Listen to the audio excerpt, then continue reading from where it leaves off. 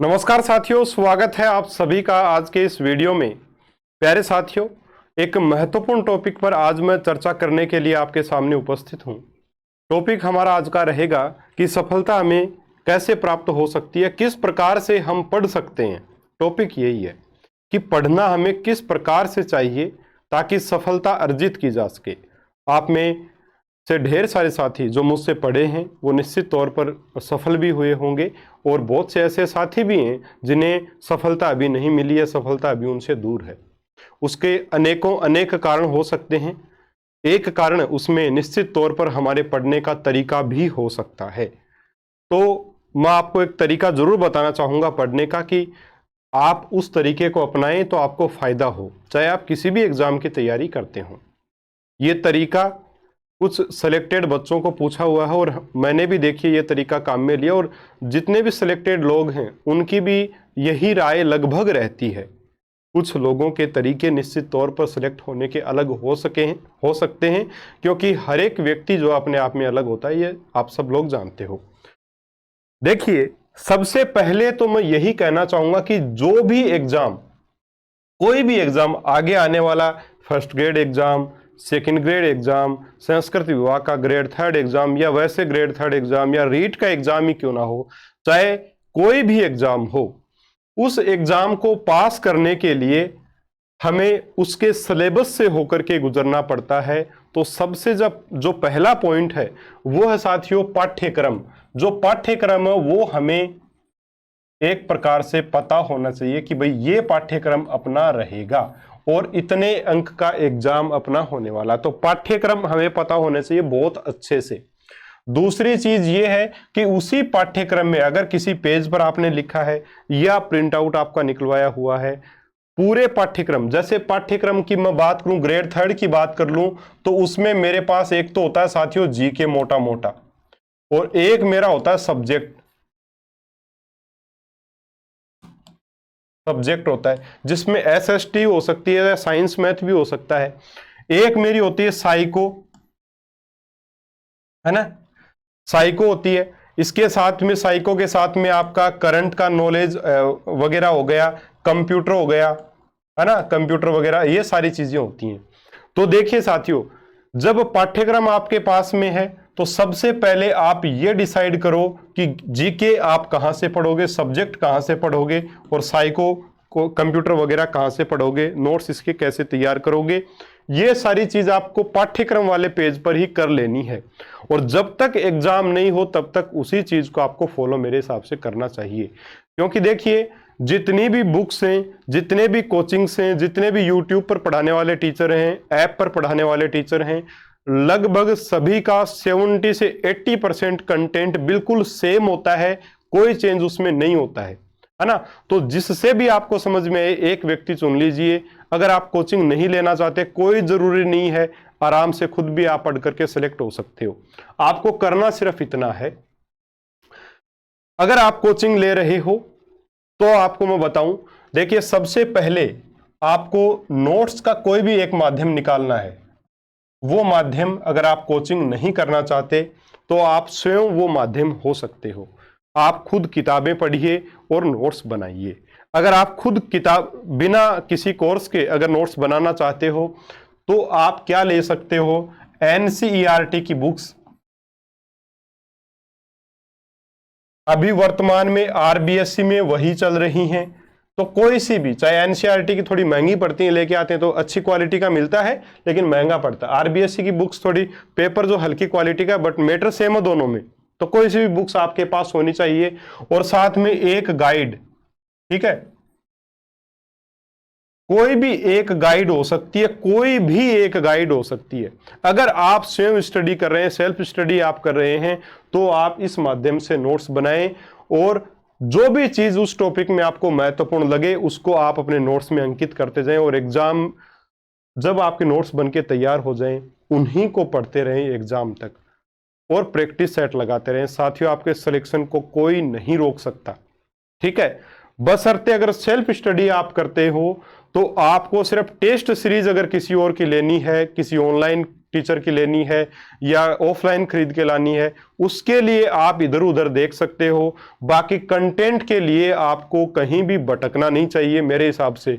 ये नहीं है कि नोट्स आपने खुद बना लिए और बाद में यूट्यूब पर सर्च कर रहे हो कि आपके दोस्त ने बोल दिया कि यार वो सर आकाश सर वो बहुत अच्छा पढ़ाते हैं, तो आपने उनका भी साइंस का मैटर ले लिया। ऐसा नहीं करना चाहिए, फिर वो गलत है, क्योंकि आपने इतनी मेहनत से नोट्स बनाए, मैंने थोड़े अलग तरीके से बना रखे हैं। हालांकि अपना 70-80% मैटर एक जैसा ही है, लेकिन फिर भी 20-30% जो अलग है उसमें आपको यह लगेगा कि मैंने ये चीज तो पढ़ी नहीं, है ना। ये चीजें होती हैं, तो उससे आप फिर कमजोर फील करते हो या नेगेटिव फील करने लग जाते हो, जो कि आपको एग्जाम में फिर कॉस्ट करना पड़ता है। उसमें एग्जाम में आपको समस्या आती है, डिप्रेस्ड आप हो जाते हो।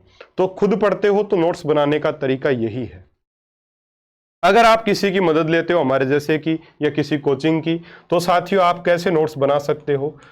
हम जो पढ़ाते हैं वो नोट्स आप बनाओ।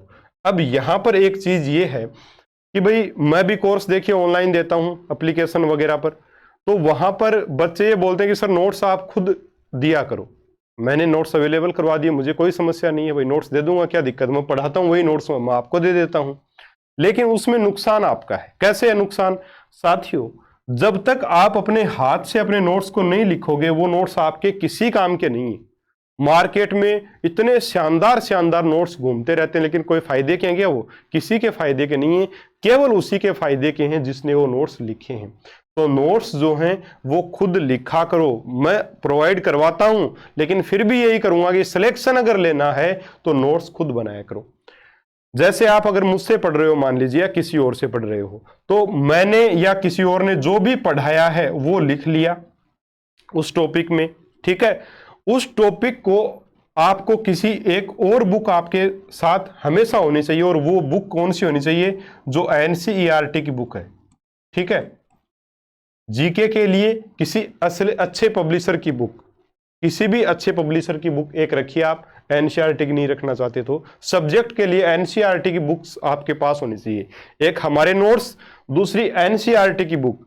मैंने पढ़ा दिया, फिर आपने उसी टॉपिक को एनसीईआरटी में खुद भी पढ़ना है। चाहे मैं एनसीईआरटी से ही पढ़ा रहा हूं, मैं एनसीईआरटी से पढ़ाता हूं पूरा, लेकिन फिर भी आपको एनसीईआरटी खुद दोबारा भी पढ़नी है, जिससे बुक्स आपको आसानी से समझ में आएंगी। दूसरी बात, कुछ नया पॉइंट जैसे ही मिले उसमें ऐड कर लो, इसी समय ऐड कर लिया। मैंने दूसरा टॉपिक पढ़ाया, नोट्स बना लिए, साथ में एनसीईआरटी का कोई पॉइंट है वो भी ऐड कर लिया, ठीक है। इस प्रकार से लास्ट तक आपके नोट्स बिल्कुल अच्छे से बनकर तैयार हो जाएंगे। एनसीईआरटी पूरी उसमें समाहित है। अब साथियों आपको करना सिर्फ इतना है, बाकी सब चीजें बंद कर दो, केवल अपने नोट्स को पढ़ो, और कहीं दिक्कत आए तो वीडियो को दोबारा आप देख लीजिए कि ये चीज कहां से आ गई। तो बस यही तरीका है पढ़ने का साथियों, एक अच्छे कंटेंट को तैयार करने का। नोट्स अपने बनाओ, नोट्स हमने जो पढ़ाया वो बना लो, खुद से लिख लो, उसमें पॉइंट्स ऐड कर लो जो आपको ऐड करने हैं, और लास्ट में फिर जो आप हमारा जो मैटर है और आपका जो ऐड किया हुआ थोड़ा बहुत मैटर, चाहे आप 4 लाइन ही ऐड करो, लेकिन करो ऐड। 4 लाइन भी ऐड करने के लिए 40 मिनट आपको किताब को देनी पड़ेंगी, तब जाकर के वो 4 लाइन आपको मिलेंगी। और जब वो 4 लाइन आप ऐड करते हो और आप एग्जाम में अगर उस टॉपिक से प्रश्न आता है उसी 4 लाइन में से आ जाए, तो देखिए कितना अच्छा रहता है। जो बच्चे केवल हमारे नोट्स पढ़े उनका वो गलत हो गया, आपका सही हो गया। तो नोट्स के लिए मदद ली जा सकती है, लेकिन अंत में नोट्स खुद के ही काम में आते हैं। मैं हमेशा कहता हूं कोई भी ऐसी शिक्षण संस्थान नहीं है जो ये गारंटी ले ले कि अगली बार भी जो पूरे के पूरे प्रश्न मेरे नोट्स में से आएंगे। अगर कोई ले रहा है तो वो गलत ही है, हम कभी ऐसा आपको नहीं बोल सकते, भाई आगे का किसे पता है। लेकिन ये मैं निश्चित बोल सकता हूं कि जो किसी टीचर की मदद लेके आप पढ़ रहे हो उसके नोट्स और उसमें एनसीईआरटी के आपने जो पॉइंट्स डाले हैं, अगर वो मैटर समाहित करके आप लगातार पढ़ रहे हो तो निश्चित तौर पर जो कट ऑफ जाएगी उससे ऊपर ही आपके अंक निश्चित तौर पे आएंगे, 15 से 20 अंक आपके ज्यादा आएंगे। और ऐसे एग्जाम्पल इस बार मैंने देखे, मेरे ढेर सारे स्टूडेंट्स ऐसे हैं जिन्होंने मेरे नोट्स तो बनाए हैं, खुद बनाए हैं, मैंने दिए हैं नोट्स फिर भी खुद बनाए हैं, और साथ में खुद पॉइंट्स भी ऐड किए हैं।